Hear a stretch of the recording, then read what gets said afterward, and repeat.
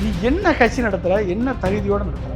ஆதவர்ஜுனாக்கு கீழே போய் செங்கோட்டையனை போட்டேன்னா, ஆதவர்ஜுனா என்ன பெரிய அரசியல் முதிர்ந்த ஞானியா? உடனே மாட்டி விட்ட வேண்டாம் அவன் சிபிஐயில்.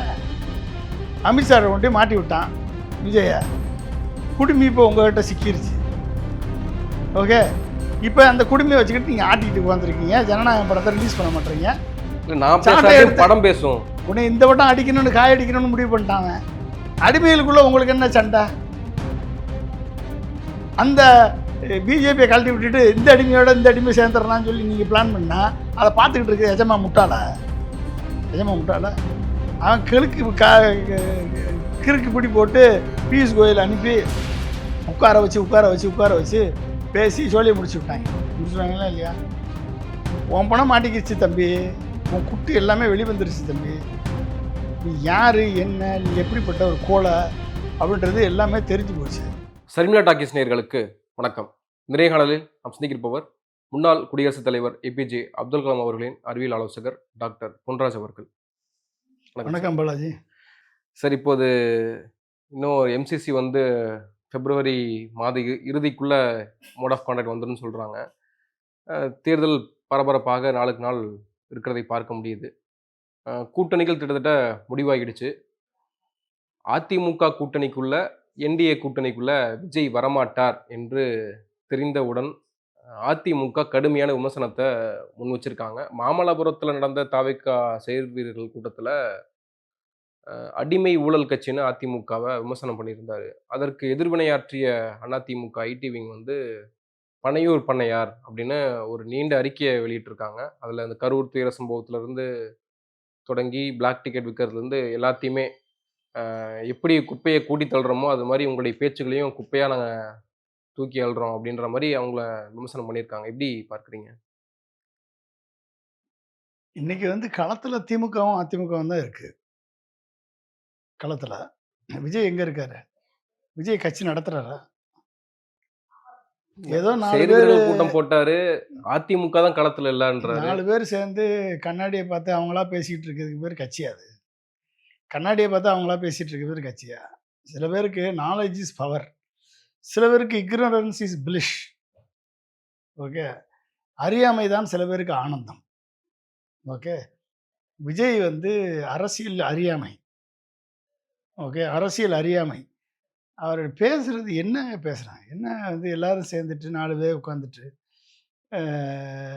கூத்தடிச்சிட்டு கும்மி அடிச்சிட்டு நானும் கட்சி நடத்துகிறேன், ஏதோ விசில் சின்ன வந்துருச்சுன்னு சொல்லிட்டு செயல் வீரர்கள் கூட்டம் போட்டேன்னு சொல்லிட்டு என்னத்தை பேசுகிற? ஏதாவது கரண்ட் பாலிட்டிக்ஸ் பேசு, இல்லை உனக்கு நடந்த அநீதியை பற்றி பேசு, இல்லை மக்களுக்கு நடக்கக்கூடிய அநீதியை பற்றி பேசு, இல்லை மத்திய மாநில அரசுகளை செய்கிற தவறுகளை பற்றி பேசு.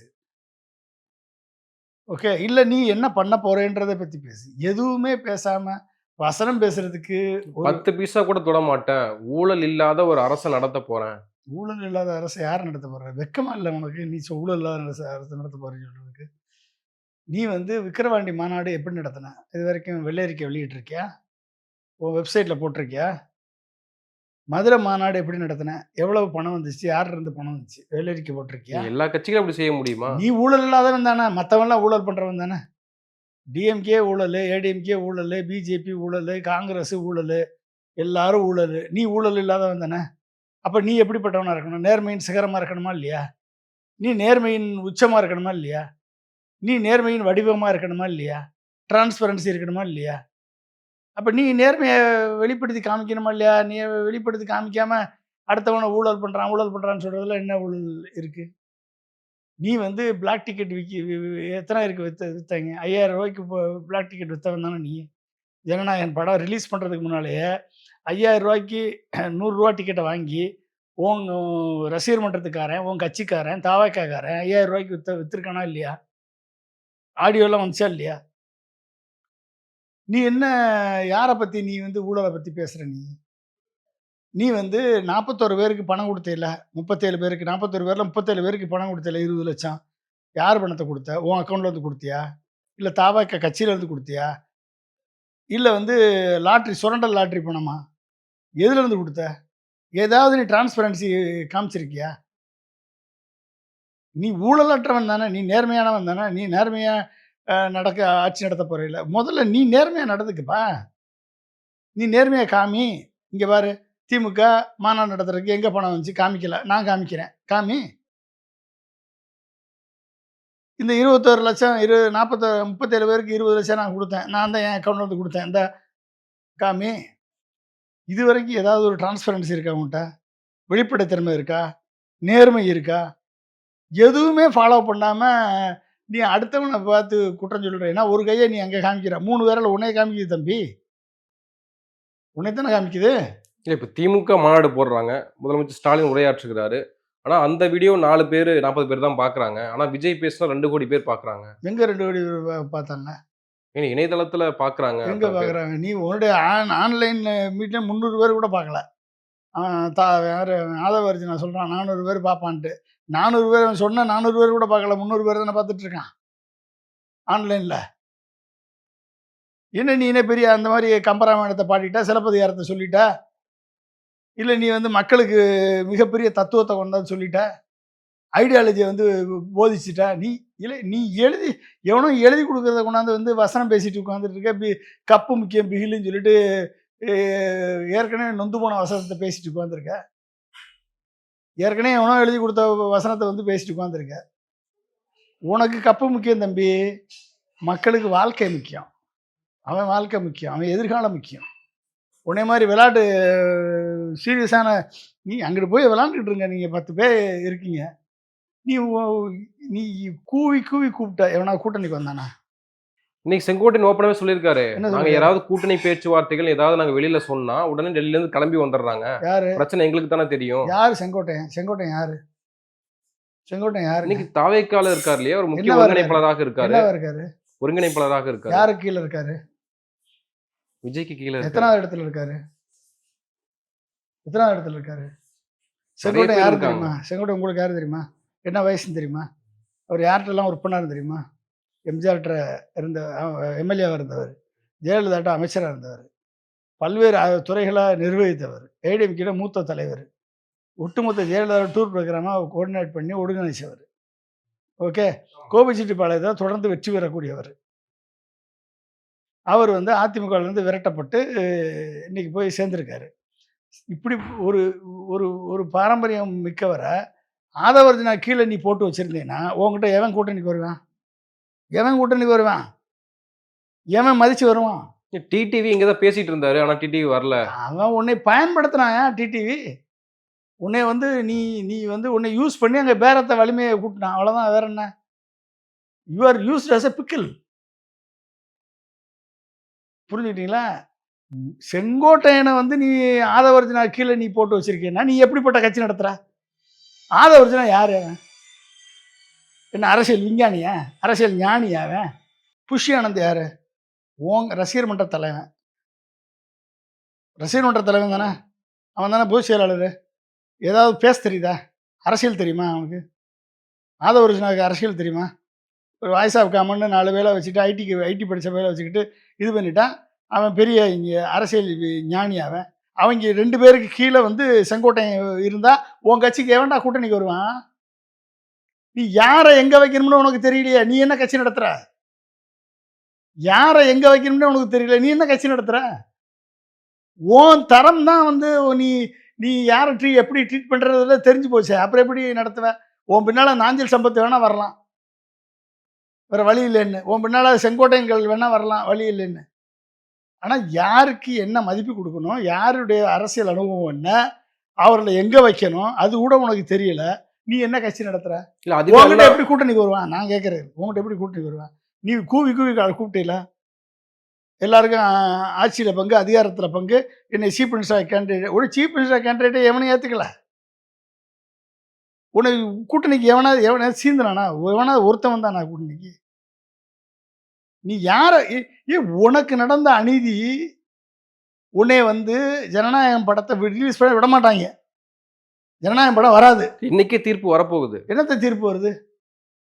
என்ன தீர்ப்பு வரும்? எப்படி தீர்ப்பு வரும்? ரிவ்யூ கமிட்டி பார்த்து சொல்லுங்கன்னு சொல்லணும். ரிவ்யூ கமிட்டி இன்னைக்கு தான் பார்க்கணும்னு என்ன அவசியம் இருக்கு? இதே கேரளா ஃபைல்ஸ், இதே வந்து காஷ்மீர் ஃபைல்ஸ்னா தீர்ப்பு வந்து அடுத்த நிமிஷம் பார்த்து 3 மணி நேரத்தில் சென்சார் சர்டிஃபிகேட் கொடுத்துருவான். உனக்கு கொடுக்கக்கூடாதுன்னு முடிவு பண்ணிட்டான்ல. உன்னை இந்த வட்டம் அடிக்கணும்னு காய அடிக்கணும்னு முடிவு பண்ணிட்டான் அவன். தனியாக நிற்க வைக்கணும். தனியாக நின்று உன்னால் முடிஞ்சதை பாரு. முடிஞ்ச அளவுக்கு திமுக ஓட்ட பிரி. நாங்கள் சொல்கிறத கேளு. அழுத்தம் இருக்குன்னு சொன்னல, அழுத்தம் இருக்குல்ல உனக்கு. ஓகே, அழுத்தம் எங்கே இருக்கு? மக்களுக்கு தான் அழுத்தம், எனக்கு அழுத்தம் இல்லை. மக்களுக்கு தான் அழுத்தம். மக்களாக வந்து ஜனநாயகம் படத்தை ரிலீஸ் பண்ணாங்க. மக்களாக வந்து சிபிஐயில் போய் 2 நாள் போய் சாட்சி சொல்லிட்டு வந்தாங்க. நீ தானே தம்பி போன. உனக்கு தானே அழுத்தம். உன் படத்தை தானே நிறுத்தி வச்சிருக்கான். உனக்கு நடந்த அழுத்தத்துக்கே உன்னால் பேச முடியலையே, தகுதி இல்லையே, உனக்கு வக்கு இல்லையே, நீ எப்படி வந்து மக்களுக்காக பேசுவ? நீ எதையாவது மக்களுக்காக பேசியிருக்கியா? திருப்பூன்ற சம்பவத்துக்காக நீ பேசியிருக்கியா? கவின் கொலைக்காக பேசியிருக்கியா? சிஏ இது பல்கலைக்கழகத்தை எடுக்கிற சட்டத்தை எதிர்த்து நீ பேசியிருக்கியா? கவர்னரை எதிர்த்து பேசியிருக்கியா? நீ என்னத்தை பேசியிருக்க? நீ ஏன்டா 23 பல்கலைக்கழகத்தில் 13 பல்கலைக்கழகத்தில் வைஸ் சான்சலர் போடுறா, கவர்னர் ஏன்டா தடுத்துக்கிட்டு இருக்க? பேசியிருக்கியா? அண்ணா யூனிவர்சிட்டியில் ஏன்டா போட விடாமல், வைஸ் சான்சலர் போட விடாமல் பண்ணியிருக்கியா? பேசியிருக்கியா? நீ எதை தான் பேசுவ தம்பி? கப்பு முக்கியம் பிகிலுன்னு பேசுவ. உன் கண்ணாடியை பார்த்து நீயே பேசுவ. என்னையா பேசுகிற நீ? காமெடி பண்ணிட்டு உட்காந்துருக்காங்க இவங்க. உட்காந்துட்டு ஏதோ மகாபலிபுரத்தில் ஏதோ ஒரு 5 ஸ்டார் ஹோட்டல் கிடச்சிருக்கு போல தெரியுது. உடனே எல்லோரும் அங்கே வர சொல்லிவிட்டு அங்கே போய் இவங்களுக்கு அப்பப்போ வந்து ஸ்கிரிப்ட் எழுதி ட்ரையல் பார்த்துட்டு உட்காந்துருக்கான். 4 பேர் சேர்ந்து 4 பேர் அவங்களுக்குள்ளே கும்பி அடிச்சுக்கிட்டு கூட்டடிச்சுக்கிட்டு உட்காந்துருக்கான். நீ என்ன கட்சி நடத்துகிற? என்ன தகுதியோடு நடத்துகிற? ஆதவர்ஜனாக்கு கீழே போய் செங்கோட்டையனை போட்டேன்னா, ஆதவர்ஜனா என்ன பெரிய அரசியல் முதிர்ந்த ஞானியா? உன்னை மாட்டி விட்ட வேண்டாம் அவன் சிபிஐயில். உன்னை வந்து உன்னையும் கட்சியும் மாட்டி விட்டவன். என்ன பேசுகிறான் அவன்? திருமாவளவனை வந்து நான் துணை முதல்வர் ஆக்க போகிறேன், முதலமைச்சர் ஆக போகிறேன், தலித்து முதலமைச்சர் ஆகக்கூடாதா, தலித்து துணை முதலமைச்சர் ஆகக்கூடாதான்னு கேட்டால், திருமாவளவன்ட்ட 20 பேர் தான் இருக்காங்க, மற்ற எல்லா கட்சிக்காரரும் வந்துட்டான். இவன் தான் சொன்னான், எல்லா ஏடிஎம்கே தொண்டர்கள் எல்லாம் இங்கே வந்துட்டாங்க, தலைவர்கள் மட்டும்தான் அங்கே இருக்காங்க. இவன் தானே சொன்னான். அதை ஒரு சொன்னான். இவன் உன்னை நடுத்தரவு கொண்டாடாமல் ஆதவர்ஜனா விட மாட்டான். ஓகே, புஷி ஆனந்தும் ஆதவர்ஜனா இருக்க வரைக்கும் உன் கட்சி உருப்படுறதுக்கு வழியே கிடையாது. ஜானவரகே சாமியினுடைய பேச்சை நீ கேட்குற வரைக்கும் உன் கட்சி மேலே இருந்து வர்றதுக்கு வாய்ப்பே கிடையாது. புரிஞ்சுக்கிட்டியா? நீ உருப்படுறதுக்கு வழி இல்லை. நீ வந்து அதாவது ஒட்டுமொத்தமாக உட்காந்துக்கிட்டு நீங்களாக உட்காந்து கனவு காண்டுக்கிட்டு உட்காந்துருக்க வேண்டியது. இல்லை, தாவைக்கு நம்ம இவ்வளோ விமர்சனம் நீங்கள் பண்ணுறீங்க. ஆனால் அதிமுக இப்போ தான், அதாவது நடந்து 4 மாதங்களுக்கு பிறகு தான் கரூர் சம்பவத்துக்கு விஜயும் ஒரு காரணம், அவர் செய்தது வந்து நார்சிஸ்டிக் பிஹேவியர்னு இன்னைக்கு சொல்கிறாங்களா? அது அன்னைக்கே சொல்லியிருக்க வேண்டிய அவசியம். அது எடப்பாடியுடைய பலவீனங்க. எடப்பாடியுடைய பலவீனத்தினால எடப்பாடி வந்து தன் கூட இருந்தவங்களை சேர்ப்பதற்கு எடப்பாடிக்கு இஷ்டம் இல்லை. சசிகலாவையோ டிடிவி தினகரனையோ ஓபிஎஸ்ஸையோ கூட சேர்ப்பதற்கு இஷ்டம் இல்லை. இந்த 3 பேர் போனதுனால 13% ஓட்டு ஆல்ரெடி போயிடுச்சு. அந்த 13% ஓட்டை போனாலும் பரவாயில்ல, நான் வந்து கட்சியை நான் கையில் வச்சுருப்பேன் அப்படின்னு சொல்லி அவர் 20% வாக்கு வச்சுருக்காரு. இன்றைக்கி திமுகவுக்கு அடுத்த பெரிய கட்சி ஏடிஎம்கே மட்டும்தான். அந்த ஏடிஎம்கே நீங்கள் வந்து பிஜேபியோட போனால் நம்மளை எல்லோரும் அடிமைன்னு சொல்கிறாங்க. ஒருவேளை பிஜேபியை கழட்டி விட்டுட்டா விஜய் வந்தால் பிஜேபியை கழட்டி விட்டுறலாம் அப்படின்ற ஒரு பின்புலத்தோடு வேலை பார்த்தாரு. விஜயை இயக்கிறதே பிஜேபி தான்னு இந்த ஆளுக்கு தெரியாது. ஏன்னா இது அடிமை.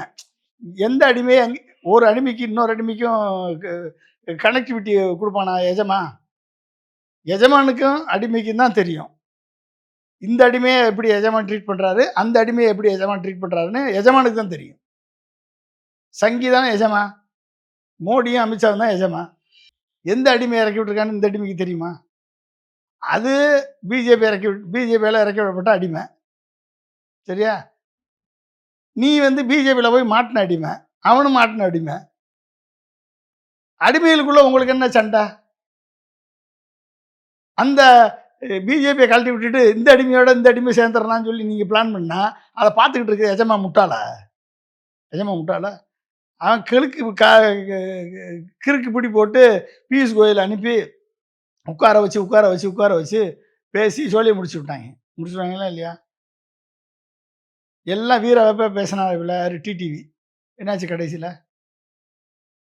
2 சிபிஐ கேஸு. ஒழுங்கா பின்னால போயாச்சா? இருக்கவன் அத்தனை பேருமே சிபிஐ கேஸில் உள்ளவன். Anbumani CBI case, TTV CBI case, Edappadi CBI case, ED case, IT case, எல்லாம் ஏடிஎம்கே மினிஸ்டர்ஸ் அத்தனை பேருக்கும் ஐடி கேஸில் மாட்டியிருக்க. எல்லாம் வந்து பிஜேபி குடுமையில சிக்கியிருக்க. விஜய் வந்து பிஜேபி குடும்பத்தில் சிக்கின ஆளு. ஏற்கனவே சீமான் வந்து பிராமண கடப்பாரையை தூக்கிட்டு போய் திராவிட கோட்டையை உடைக்கிறாரு. அவரும் அங்கே போய் மாட்டிக்கிட்டாரு. அப்போ எல்லா பேரும் ஒரே அடிமையிலுக்குள்ள உங்களுக்கு என்ன வேறுபாடு? நீங்கள் எல்லாருக்கும் உங்களுக்கு என்ன எல்லாரும் தனித்தனியாக நின்று எப்படி இன்னைக்கு கடுமையா நாம் தமிழரை விட இன்னைக்கு அதிமுகவினுடைய ஆட்கள் முன்னாள் அமைச்சர்கள் எல்லாருமே கடம்பூர் ராஜுல இருந்து திண்டுக்கல் சீனிவாசன்ல இருந்து செல்லூர் ராஜு வரைக்குமே எல்லாருமே கடுமையாக விஜய் விமர்சனம் செய்யறத பார்க்க முடியுது. குறிப்பா நீ பிளாக் டிக்கெட் வித்து வந்தானப்பா, நீ எல்லாம் ஊழலை பத்தி பேசலாமா? செங்கோட்டையனே பக்கத்துல உட்கார வச்சிருக்க, நாங்க ஊழல் கட்சினா செங்கோட்டையனை மட்டும் எப்படி நீ ஏத்துக்கிற அப்படின்னு பல அடுக்கடுக்கான கேள்விகளை வந்து கேட்குறாங்க. சண்டையில போட சண்டையெல்லாம் வந்து சினிமாவில் போற சண்டையெல்லாம் அரசியல போட முடியாது அப்படிலாம் சொல்றாங்க. எப்படி அதை எடுத்துக்கிறது நம்ம? அதாவதுங்க, ஏடிஎம்கே காலி பண்ணணுன்றது விஜயுடைய நோக்கம். ஏடிஎம்கேடைய தொண்டர்களை வந்து எம்ஜிஆரை பயன்படுத்தி, அண்ணாவை பயன்படுத்தி, எம்ஜிஆர் பாட்டை பயன்படுத்தி, ஏடிஎம்கே வந்து அடிமை கட்சி, ஏடிஎம்கே வந்து போச்சு அப்படின்னு சொல்லி ஏடிஎம்கே ஒட்டுமொத்த தொண்டர்களையும் நம்ம பின்னால் கொண்டு வந்தால் தான் ஜெயிக்க முடியுன்ற நிலைமை விஜய்க்கு. ஏன்னா தனக்கு சரக்கு இல்லை, விஜய்கிட்ட சரக்கு இல்லை. விஜயுடைய தொண்டர்களை வச்சு ஒரு கட்சி நடத்த முடியாது. விஜயுடைய தொண்டர்களை வச்சு ஆட்சியில் நம்ம வந்து ஒரு எம்எல்ஏக்களை நிறுத்துறதுக்கு வழி இல்லை. விஜய்க்கு இருக்கக்கூடிய ஓட்டு சதவீதம் மொத்தமே வந்து 5% தான் இருக்குது, 5க்குள்ளே தான் இருக்குது. 5 வச்சுக்கிட்டு சீமானை கூட ஜெயிக்க முடியாது. இதெல்லாம் வந்து அண்டர் கிரவுண்டில் புரிஞ்சு போச்சு விஜய்க்கு. நம்மளை சுற்றி வந்து ஜானா ரோகேசாமி, இவன் ஆதவர்ஜுனா, இவன் புஷி ஆனந்த், இந்த அருண்ராஜ் ஐஆர்எஸ் எல்லா பேரும் சேர்ந்து மொத்தமாக நம்மளை ஏமாற்றிக்கிட்டு சுற்றிக்கிட்டு தர்றாங்க அப்படின்றத புரிஞ்சுக்கிட்டாப்புல கிரவுண்ட் லெவலில். எவனுமே உருப்படி கிடையாது, எல்லாருமே வந்து ஒழுங்காக வேலை பார்ப்பானான்னு தெரியாது, மக்கள் நம்பிக்கையை பெற மாட்டீங்க, ஒழுங்காக ஒற்றுமையாக இருப்பீங்களா இல்லையான்றதை கேட்குற லெவலுக்கு வந்தாச்சு. அப்போ என்ன, யாரை வச்சு நம்பணும்? ஏடிஎம்கே ஓட்டை வச்சு தான் நம்பணும், திருமாவளவன் ஓட்டை வச்சு நம்பணும், கிறிஸ்தவ முஸ்லீம்கள் ஓட்டை வச்சு நம்பணும். இவங்கெல்லாம் வந்தால் தான் நம்ம ஜெயிக்க முடியும். 4% ஓட்டு கூட நம்மளுக்கு வரும், இந்த 5% ஓட்டு கூட இவங்கெல்லாம் வந்தால் தான் வரும்ன்ற நிலைமையில் இன்றைக்கி வந்து விஜய் வந்து ஒரு கட்சி நடத்திட்டு இருக்காப்புல. அதை கட்சினே சொல்ல முடியாது. ஓகே, ஒரு பைத்தியக்காரங்களின் கூடாரம் அது. அப்படியே சொல்லணும். ஆமாம், அப்புறம் என்ன என்ன தானாக புலம்பிட்டு உட்காந்துருக்காங்க. ஏதாவது அரசியல் பேசு, இல்லை ஜனநாயகனை முடக்கி வச்சிருக்கக்கூடிய பிஜேபியை எதிர்த்து சொல்லு. உன்னால் நீ முடக்கி வச்சிருப்பியா? ஜனநாயகம் இல்லைன்னா ஜனநாயகம் பட வசனத்தை நான் நேரடியாக பேசுகிறேன்டா மக்கள் மத்தியில், உன்னால் நிறுத்தி பாடுறான்னு சொல்லு. ஜனநாயக படத்தில் வசனம் பேசுனே இல்லை, பேசுனே இல்லையா? பேசியிருக்கியா இல்லையா? இதான் நான் பேசினேன் வசனம். பேசு தம்பி, பேசுப்பா தம்பி. இல்லை நான் பேசுறேன், படம் பேசும். படம் வந்தால் தானே, உன்னை விட்டா தானேப்பா தம்பி. என்ன என்ன ஒன்று நினச்சிருக்காங்க, நீ இப்போதைக்கு வந்தேன்னா நீ வந்து காங்கிரஸோட கூட்டணி வைப்ப. காங்கிரஸில் ஒரு சில பேர் வந்து விஜயும் காங்கிரஸ் சேர்ந்தா அடுத்து ஆட்சியே பிடிச்சிடலான்னு சொல்லி ஒரு கற்பனை கதை கோட்டை கட்டுவீங்க. இதெல்லாம் நான் பார்த்துக்கிட்டு மோடி சும்மா இருப்பாரா அப்படின்னு சொல்லி ஒரு குரூப் ஒர்க் பண்ணிட்டு இருக்கு. இன்னைக்குமே காங்கிரஸுக்கும் திமுகவுக்கும் அடிமட்ட லெவலில் சில பிரச்சனைகள் இருக்கு. மதுரையில் வந்து ஒரு எம்எல்ஏ தளபதின்றவர் வந்து காங்கிரஸ்காரங்களை ரொம்ப இழிவா பேசிட்டாரு அப்படின்னு இன்னைக்கு செலவு பிறந்தகையிலிருந்து ஜோதிமணி, மாணிக்கம் தாக்கூர்ல இருந்து இனிமேலாம் தோழமை கட்சிகள் எல்லாம் பொறுமையா இருக்கக்கூடாது அப்படின்னு மாணிக்கம் தாக்கூர் சொல்றாரு. நல்லதானே, போட்டோம், இப்போ என்ன பிரச்சனை இருக்கு? வெளியே போட்டோம், வெளியே போய் விஜய் கூட சேரட்டும், விஜய் கூட சேர்ந்து ஆட்சியை பிடிக்கட்டுமே, என்ன பிரச்சனை உங்களுக்கு திமுக இருந்தால் தானே பிரச்சனை இருக்குது. இப்படிலாம் வைகிறாங்க, வெளியே போங்க, போய் விஜய் கூட சேருங்க, சேர்ந்து ஆட்சியை பிடிங்க. விஜய் இருக்கார்ல உங்களுக்கு, விஜய் கூட சேருங்க, ராகுல் காந்தியை கூப்பிட்டு வாங்க, பிரியங்கா காந்தியை கூப்பிட்டு வாங்க, விஜயும் பிரியங்கா காந்தி எல்லாம் சேர்ந்து தமிழ்நாடு முழுக்க டூர் போங்க.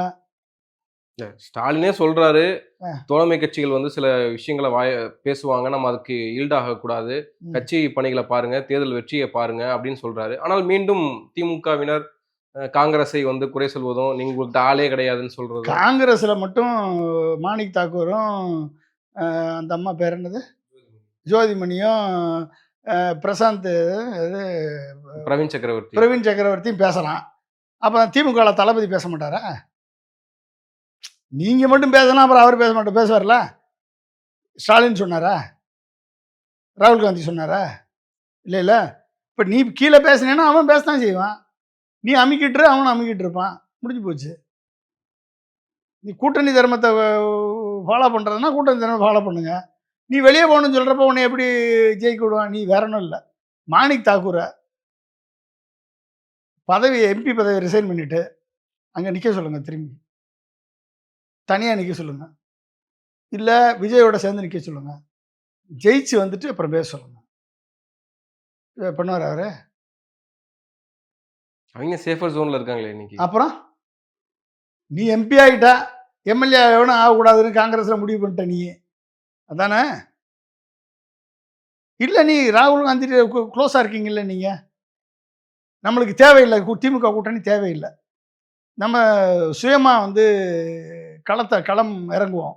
2026 தேர்தலில் காங்கிரஸ் தனித்து இறங்கி எவ்வளோ வாக்கு சதவீதம் நம்மளுக்கு இருக்குன்றதை பார்ப்போம். அதுலேருந்து கட்சியை நம்ம கட்டமைப்போம். 2031 நோக்கி நம்ம கட்சியை கட்டமைப்போம். புது ரத்தத்தை சேர்ப்போம். காங்கிரஸை வந்து பலப்படுத்துவோம். இந்த வட்டம் 2026 தேர்தலில் 0 வாங்கினாலும் பரவாயில்ல. எத்தனை % ஓட்டு இருக்குன்றத தனியாக நின்று நம்ம முதல்ல டெஸ்ட் பண்ணுவோம். ராகுல் காந்தியை கன்வின்ஸ் பண்ணி கூட்டுவாங்கப்பா தம்பி. வெளியே கூட்டு வர வேண்டியதானே திமுக கூட்டணியிலேருந்து. ஏன் பண்ண மாட்டீங்க? எதுக்கு பின்னாலே ஒளிஞ்சிக்கிட்டு இருக்கீங்க திமுக கூட்டணி பின்னால்? உங்களுக்கு தான் பிடிக்கல இல்லை திமுக கூட்டணியில்? வெளியே போக வேண்டியதானே? காங்கிரஸ் கட்சியாவது கட்டமைங்க. அண்ணாமலை ஒரு பண்ண வேலையாவது நீங்கள் பண்ணுங்கப்பா. உங்கள்கிட்ட தான் ஒரு ஐஏஎஸ் வச்சுருக்க, எக்ஸ் ஐஏஎஸ் பிரவீன் சக்கரவர்த்தி இருக்கார், மாணிக் தாக்கூர் இருக்கார், அந்த அம்மா கரூர் ஜோதிமணி இருக்காங்க. எல்லோரும் சேர்ந்து ஒரு களத்தில் இறங்குங்க. 2026 வந்து இறங்கி தனித்து நின்று உங்கள் கூட்டணி எவ்வளோ, உங்கள் கட்சிக்கு, காங்கிரஸ் கட்சிக்கு தமிழ்நாட்டு மக்களில் எவ்வளோ ஓட்டு, எந்தெந்த தொகுதியில் எவ்வளோ ஓட்டு இருக்குன்னு நிரூபிங்க. நிரூபிச்சிங்கன்னா உங்களை மதிப்பாங்கல்ல. அப்புறமேலு உங்களுக்கு ஆட்சியில் பங்கு, அதிகாரத்தில் பங்கு கொடுப்பாங்கல்ல. இப்போ காங்கிரஸோட திமுகவோட கூட்டணி போனால் 18 எம்எல்ஏ தான் கிடைக்கிறாங்க. நாங்கள் தனியாக நின்று 50 எம்எல்ஏவை ஜெயிச்சிட்டோன்னு சொல்லுங்கள். சொல்லி நீங்கள் வந்து ப்ரூவ் பண்ணுங்கள். சீமான் தனியாக நிற்கிறாரு, விஜய் தனியாக நிற்கிறாரு, நீங்கள் தனியாக நில்லுங்கப்பா. இப்படி யார் வேணான்னு சொன்னது? ப்ரூவ் பண்ணுங்க. இல்லை ராகுல் காந்தியாவது பேசுங்க. பேசி நாங்கள் தனியாக நிற்க போகிறோம்னு சொல்லி முடிவு பண்ணுங்க. வாய்ப்பு கிடைக்குதுல்ல. ஈவன் அண்ணாமலையே வந்து தனியாக நிற்கலை. ஒரு என்டிஏ கூட்டணின்னு சொல்லி இப்போ 11.5% 18% சொல்லி கதை அடித்தாங்க. இன்னமும் பிஜேபி தனியாக நிற்கலை. நீங்கள் தனியாக நின்னீங்கன்னா பிஜேபி தனியாக நிற்கும்ல. அண்ணாமலை சிஎம் கேண்டிடேட்டாக போட்டு தனியாக நிற்கும். நீங்கள் சசிகாந்த் இந்த சிஎம் கேண்டிடேட்டாக போட்டு தனியாக நில்லுங்க. இல்லை செல்வப்பிரந்தைய சிஎம் கேண்டிடேட்டாக போட்டு நில்லுங்க. இல்லை மாணிக் தாக்கூரை சிஎம் கேண்டிடேட்டாக போடுங்க. இல்லை அப்புறம் அந்த ஆள் பேர் என்னது, பிரவீன் சக்கரவர்த்தியை சிஎம் கேண்டிடேட்டாக போடுங்க. போட்டு நில்லுங்க. போட்டு நின்று மக்கள் மத்தியில் வாங்க. நம்மளுக்கு ஒரு 10 முதலமைச்சர் வேட்பாளர் கூட கிடப்பாங்கள்ல. திமுக கூட்டணி தான் நிற்கும், அதிமுக கூட்டணி தான் நிற்கும். அவங்க 2 பேரும் கூட்டணியிலேருந்து ஜெயிக்கிறாங்க, தோத்துட்டு போகிறாங்க. உங்களுக்கு என்ன பிரச்சனை?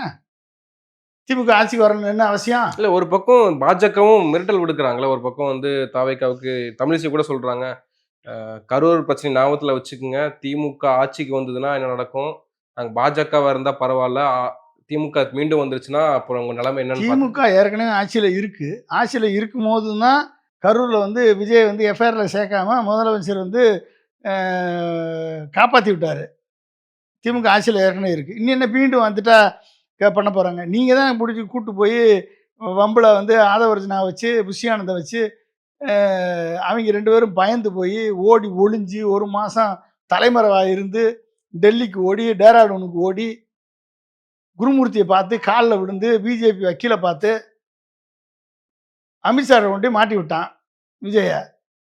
குடுமி இப்போ உங்கள்கிட்ட சிக்கிருச்சு. ஓகே, இப்போ அந்த குடுமையை வச்சுக்கிட்டு நீங்கள் ஆட்டிக்கிட்டு உட்காந்துருக்கீங்க. ஜனநாயகம் படத்தை ரிலீஸ் பண்ண மாட்டேறீங்க. ஒரு படத்தை ரிலீஸ் பண்ணுறதுக்கு நீ ஒரு அட்டார்னி ஜெனரலே வந்து வாதாடுறாரு அப்படின்னா எப்படி அப்ப எந்த அளவுக்கு வந்து அழுத்தம் குடுக்குறாங்கன்னு பாருங்க. காரணம், நீ காங்கிரஸோட கூட்டணி வைக்கிற பேச்சுவார்த்தையில ஈடுபட்டது, ஏடிஎம்கேவோட கூட்டணி பேச்சுவார்த்தையில ஈடுபட்டது, எல்லார் கூடயும் கூட்டணி பேச்சுவார்த்தையில ஈடுபட்டு, ஓகே. ஆதவ ஒரிஜினல்லாம் ஒரு மனுஷன்னு சொல்லிட்டு கூட்டணி பேச்சுவார்த்தை பேசினா எவனாவது மதிப்பானாங்க? எவனாவது மதிச்சு வருவானாங்க கூட்டணிக்கு? அன்புமணி வரல, டிடிவி வரல, ஓபிஎஸ் வரல. காங்கிரஸும் யாருமே திரும்பி கூட உன்னைய பார்க்கலையே. நட்பு சக்திகள் வராட்டி என்ன? நட்பு சக்திகள் வராட்டி என்ன? மக்கள நம்பி நம்ம போவோம். தனித்தே மக்கள் என்னத்த போய் நம்புற நீ? நீ மக்களுக்காக ஏதாவது குரல் குடுத்துருக்கியா? மக்களுக்காக பேசியிருக்கியா? சொல்லு. திருப்பரங்குன்றத்துல மக்களுக்காக பேசினியா? யாருக்காக நீ பேசியிருக்க? யாருக்காக குரல் குடுத்துருக்க? உனக்கு குரல் கொடுக்க சக்தி இல்ல, வக்கு இல்ல, தெம்பு இல்ல, திராணி இல்ல. உன் படத்த நிறுத்தி வச்சிருக்கேன். அத எதிர்த்து பேசுறதுக்கே உனக்கு வக்கு இல்ல. பணம் மட்டும் வாங்குனீல்ல தயாரிப்பாளர்ட்ட? தயாரிப்பாளர்ட்ட பணம் வாங்குனியா? இல்ல அந்த பணமே வந்து உன் பினாமி தயாரிப்பாளரா? அதுக்கு பதில் சொல்லு நீ. ஏன் நீ நீ பொத்திட்டு இருக்கும்போதே தெரியுது, அந்த தயாரிப்பாளர் வந்து 1 கோடிக்கு தான் படம் எடுத்திருக்கான் ஏற்கனவே. 1 கோடி படம் எடுத்து எப்படி 500 கோடிக்கு படம் எடுத்தான்? அந்த பணத்த வந்து உன் பணமா? இல்ல அவன் பணமா? சொல்லு. அவன் பணமா இருந்து அவன்ட்டருந்து நீ பணம் வாங்கியிருந்தீன்னா, எதிர்த்து பேசியிருக்கணுமா இல்லையா? உன் பணம் மாட்டிக்கிருச்சு தம்பி. உன் குட்டு எல்லாமே வெளிவந்துருச்சு தம்பி. நீ யாரு? என்ன? நீ எப்படிப்பட்ட ஒரு கோழ? அப்படின்றது எல்லாமே தெரிஞ்சு போச்சு. நீங்க சொன்னது போல வெல்லும் தமிழ் பெண்கள் மாநாடு தஞ்சை காவிரி படுகையில திமுக நடத்தியது. அதுல கடுமையா பாஜகவை விமர்சனம் செய்து முதலமைச்சர் ஸ்டாலினும், துணை முதலமைச்சர் உதயநிதி ஸ்டாலினும் பேசுறாங்க. அதுல உதயநிதி ஸ்டாலின் அவர் பேசுகிற போது, பாலியல் குற்றவாளிகளுக்கு துணை போகிற, அவர்களை ஆதரவு தெரிவிக்கிற ஒரு கேடுகெட்ட கட்சி பாஜக அப்படின்னு விமர்சனம் பண்றாரு. அது இன்னைக்கு நியூஸ் சேனல்ஸ்ல கடுமையாக சாடியிருக்கிறார் உதயநிதி ஸ்டாலின்னு போடுறாங்க. எப்படி பார்க்குறீங்க? அது உண்மதானே. வில்கிஸ் பானு கொலை வழக்குல அந்த அம்மாவ கற்பழிச்சு, குழந்தைய கொன்ன ஒரு 11 கொடூர குற்றவாளிகள விடுதலை செஞ்சவர் தானே மோடி.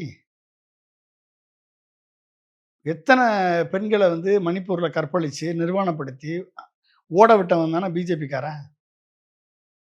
உத்தரப்பிரதேசல இன்னைக்கு நடக்குதா இல்லையா? பெண்கள வன்முறைக்கு ஆளாக்கி,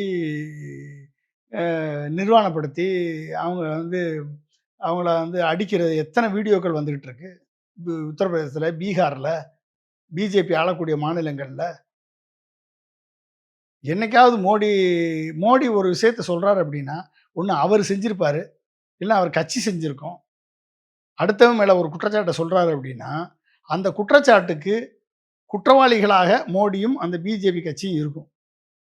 அவங்க வந்து மத்தவங்கள குற்றச்சாட்டு சொல்லுவாங்க. எப்படி வந்து பீகார்ல வந்து பீகாரிகளை திமுக அ அடித்து விரட்டியது. சொன்னது யாரு? மோடி. ஆனா உண்மையில நடந்தது என்ன தெரியுமா? குஜராத்ல தான் மோடியினுடைய சீஃப் மினிஸ்டர் தான் 20,000 பீகாரிகள அடிச்சு விரட்டுனது குஜராத்தி சீஃப் மினிஸ்டர். குஜராத்தீஸு பீகாரிகளையும், உத்தரப்பிரதேசக்காரனையும் அடிச்சு விரட்டிட்டு, பழிய தூக்கி யார் மேல போட்டாரு? டிஎம்கே மேல போட்டாரு மோடி. போட்டாரா இல்லையா?